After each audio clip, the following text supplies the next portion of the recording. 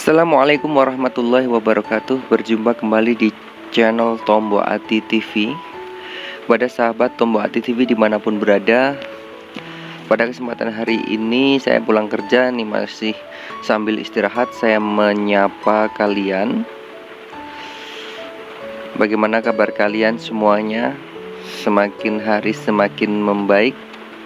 Mudah-mudahan kita semua diridhoi Allah Subhanahu wa taala, semakin baik, semakin lebih kuat, tenang, nyaman, bahagia, sehat sempurna. Dengan izin Allah, kesehatan kita semua ini menjaga diri kita untuk tetap hidup dan panjang umur. Amin ya rabbal alamin. Kita bersyukur kepada Allah Subhanahu wa taala yang telah melimpahkan rahmat hidayahnya kepada kita semua, sehingga pada kesempatan hari ini dapat berjumpa kembali di Tombo Ati TV. Dan mudah-mudahan shalawat dan salam mudah-mudahan tercurahkan pada junjungan kita Nabi Muhammad SAW. Mudah-mudahan syafaatnya dilimpahkan kepada umat-umatnya yang soleh dan solehah, insya Allah digolongkan kepada kita semua. Sakit anxiety psikosomatis, rasa atau sensasi seribu rasa, ada begah, ada perut kerubukan, ada kelayengan, ada hidung mampet, mata buram, dan kepala terikat atau kaku-kaku semuanya, seluruh tubuh capek semuanya. Ya, bukan hanya orang yang sakit anxiety psikosomatis yang mungkin diakibatkan asam lambung atau GERD, tapi orang biasa habis kerja kayak gini juga capek, teman-teman. Jadi wajar, sebenarnya kita itu wajar sensasi-sensasi yang seribu rasa yang dirasakan oleh orang anxiety psikosomatis, yang membuat kita malas, lemes, mau beraktivitas tak berdaya, rasanya habis makan pun lemes. Kok ini saya seperti ini, kok ini saya seperti ini, jangan-jangan saya sakit ini, jangan-jangan sakit itu, hingga akhirnya membuat kita berpikir yang negatif, berpikir-pikir negatif, dan itu akhirnya mempengaruhi asam lambung kita naik. Asam lambung kita naik memberi sinyal ke amandela hingga mengakibatkan pikiran yang negatif. Nah, itu memutarkan seperti lingkaran setan. Kita putus itu ya, rantai lingkaran setannya seperti apa. Nah, pada teman-temanku dimanapun berada, kalian merasa saya itu sembuhnya kapan ya, kayak gitu ya. Jangan buru-buru, teman-teman. Jangan bertanya-tanya seperti itu.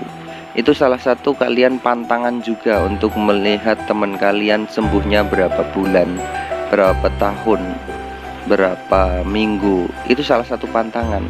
Kalau kalian mendengarkan misalnya saya sembuhnya 2 tahun, wah saya baru mulai ini, itu masam itu sampai 2 tahun, itu berarti saya masih lama sekali. Masa saya mau merasakan seperti ini, sangat lama sekali. Nah, itu pertanyaan seperti itu.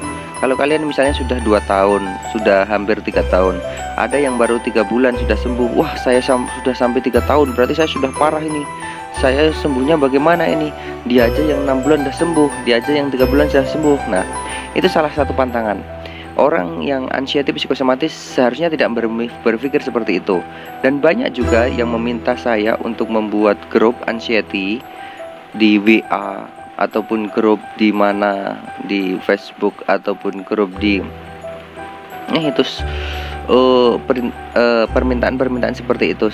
Itu sebenarnya saya bisa saja membuat grup WA itu. Saya mungkin sudah punya anggota lebih dari 100 lebih ya. Saya bisa membuat grup itu, tapi saya kalau misalnya membuat grup seperti itu, saya juga khawatir. Kenapa? Karena salah satu pantangan dari anxiety psikosomatis yang mengakibatkan kita semakin parah ataupun semakin parno itu di saat kita melihat komentar orang lain yang belum sembuh. Jadi kita melihat misalnya ada komentar orang lain yang mengeluhkan dadanya sesek, atau misalnya mengeluhkan perutnya itu panas, atau mengeluhkan kepala terikat. Nah, orang yang belum sembuh dari anxiety psikosomatis melihat komentar seperti itu, maka akan tertarik, atau akan nyetrum, atau akan trigger, atau akan bagaimana ya. Nah, itu seperti itu. Nah, jadi saya tidak membuat grup WA. Saya sudah berpikir, saya sudah merasakannya, saya sudah mempelajarinya, meniteni istilah Jawanya itu ya seperti itu. Jadi benar-benar saya hati-hati untuk menyampaikan semua tentang anxiety ini, ataupun saya mau melakukan apa, ataupun saya mau melakukan trik bagaimana agar kalian bisa lebih paham, bisa lebih tahu, dan bisa lebih menikmati prosesnya sebenarnya. Kalau kalian misalnya orang anxiety psikosomatis ini melakukan trik-trik seperti apa yang saya lakukan, kalian bisa melihat dari TV1, video saya dari TV1, TV2, TV3, TV4. Itu saya kasih tanda TV1, TV2, TV3 dan selanjutnya, itu agar kalian bisa paham dan melakukan triknya. Ya memang banyak kekurangan ya sebenarnya dari saya, karena apa ya, disampaikan lewat video itu sebenarnya tidak cukup. Tapi ya ini salah satu yang paling efektif daripada lewat WA ataupun lewat Facebook ataupun lewat, nah ini yang lebih efektif. Saya melihat komentar kalian dan saya sampaikan juga di sini, dan saya pun juga membalas komentar-komentar kalian yang ada di form komentar di bawah ini. Kalian bisa menanyakan, saya dari sini bang, saya dari Jawa Timur, saya dari Papua, saya dari Malaysia, saya dari Hong Kong, itu yang kemarin juga seperti itu. Saya juga menjawabnya. Komentar saya jawab, saya usahakan untuk menjawab. Tapi karena saya juga sibuk ya, ada kesibukan, saya paling 1 minggu saya jawab sekali. Mohon maaf banget. Saya sebenarnya benar-benar merasakan apa yang kalian rasakan. Saya benar-benar merasakan apa yang kalian alami. Betapa menderitanya, betapa susahnya, betapa tidak ada bahagianya, rasanya jenuh, rasanya ini. Ya memang seperti itu salah satu sensasi yang dialaminya. Oleh karena itu kalian harus melihat video-video saya. Di saat saya belum membalas komentarnya, kalian bisa melihat video-video saya dari TV1. Kalian ulang-ulangi, kalian akan tenang teman-teman. Jadi kalian yang belum tenang, kalian akan semakin tenang.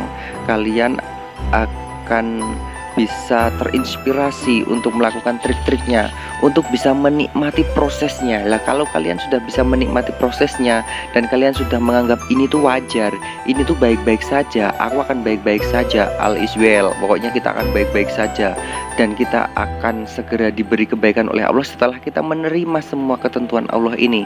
Misalnya saya sakit ini, saya terima ya Allah, dengan ketentuanmu seperti ini saya terima. Aku masih bisa bernapas, aku masih bisa melihat, aku masih bisa senyum, aku masih bisa ini. Meskipun rasanya itu jenuhnya itu masih ada, titik terendahnya itu masih, Masya Allah, Subhanallah. Ya seperti itulah kalian merasakannya saat ini. Bagi yang sudah agak sembuh, bagi yang sudah agak menerima, bagi yang sudah agak mencatatnya, setiap hari sudah dicatat.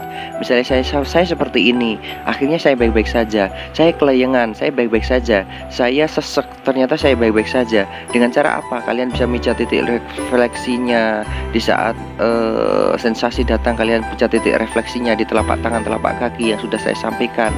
Di pijat titik refleksi itu kalian lakukan. Kalian bisa setiap 1 jam melakukan pernapasan perut, atur nafas perut, ditarik, tahan, hembuskan, itu relaksasi untuk merelaxkan, dan kalian akan tenang. Dan kalian melihat video saya dan juga sambil mengulang-ulangi afirmasi positifnya dihafalkan, yang bunyinya aku bersyukur dan berterima kasih. Nah, kita bersyukur kepada Allah. Aku bersyukur dan berterima kasih kepadamu ya Allah. Aku sangat-sangat gembira dan bahagia. Aku sehat sempurna atas izin Allah, kesehatanku menjaga diriku untuk tetap hidup dan panjang umur. Nah, seperti itu kita ulang-ulangi. Yang masih takut, misalnya afirmasinya aku berani, aku percaya diri, aku berani lagi, aku percaya diri lagi, aku bisa membahagiakan orang-orang yang kita cintai. Seperti itu, masa depan kita itu masih panjang. Kalaupun kalian misalnya sudah agak sepuh, misalnya itu, kita tidak tahu umur kita itu sampai berapa. Orang yang kecil pun meninggalnya juga kita tidak tahu. Orang yang sudah besar, udah tua pun meninggalnya kita juga tidak tahu. Itu urusan Allah. Kita nggak usah mikirin masalah mati.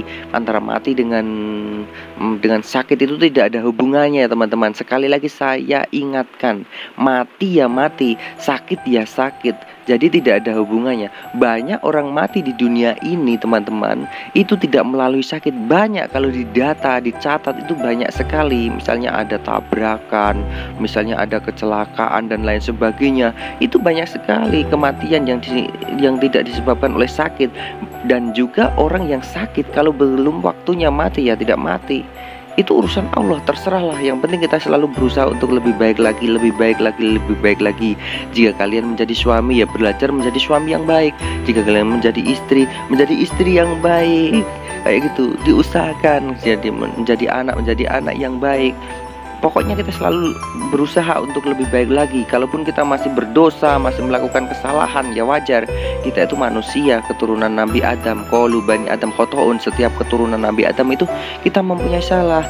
Ayo teman-teman, kalian harus bangkit. Kita harus beristighfar, kita harus berzikir, kita harus bersolawat. Nah, video-video saya yang saya sampaikan, saya kaitkan misalnya ada kegiatan saya, keluarga saya melakukan apa, itu trik-trik seperti itu. Emang itu dikira saya membuat seperti itu yang saya sampaikan di video-video sebelumnya itu kayak gitu. Itu emang kita apa ya? Emang kalian melihatnya, Masam itu bahagia, Masam itu orangnya sukses, Masam. Nah, itu kan cuman pandangan kalian. Tidak tahu apa yang saya rasakan, tidak tahu apa yang kami rasakan sekeluarga. Nggak tahu kan kalian masalah apa yang ada di keluarga saya, masalah apa yang terjadi di kehidupan saya. Setiap orang mempunyai masalah. Jadi kita nggak usah mendramatisir masalah-masalah kita. Pokoknya kita itu jalani dengan enjoy. Apapun itu, pokoknya berat, susah, senang, kita jalani. Kalaupun kita sudah punya pasangan, ya kita berusaha untuk bersama keluarga kita, pasangan kita sebaik-baiknya kayak gitu. Pokoknya kita itu menerima ketentuan Allah. Terserahmu ya Allah, aku serahkan hidupku dan matiku kepadamu ya Allah. Inna sholati wa nusuki wa mahyaya wa mamati lillahi rabbil alamin. Kuserahkan hidupku dan matiku, ibadahku, kuserahkan kepada Engkau ya Allah. Kayak gitu. Jadi kita pokoknya berusaha untuk lebih baik lagi. Ayo teman-teman, kalian bisa lihat video-video saya, contoh-contoh saya membuat energi-energi positif dari alam lingkungan kita. Misalnya kita ternak ayam, misalnya kita ternak lele, misalkan kita melakukan aktivitas dengan anak, istri, bercanda dan lain sebagainya. Bersama lingkungan kita bersosialisasi, kita berusaha memberanikan diri untuk keluar rumah, kita berkomunikasi. Kita harus perlu berlatih. Orang yang trauma seperti kita ini, orang anxiety psikosomatis kan trauma. Kita takut keluar, ya kita berusaha berlatih keluar. Kita takut mandi, ya berusaha untuk mandi dengan cara air hangat. Setelah itu kita catat, kemarin saya mandi, akhirnya walaupun sesek aku baik-baik saja. Aku mandi walaupun kelayangan, aku baik-baik saja. Aku mandi meskipun aku menggigil kayak gitu, aku baik-baik saja. Kayak gitu.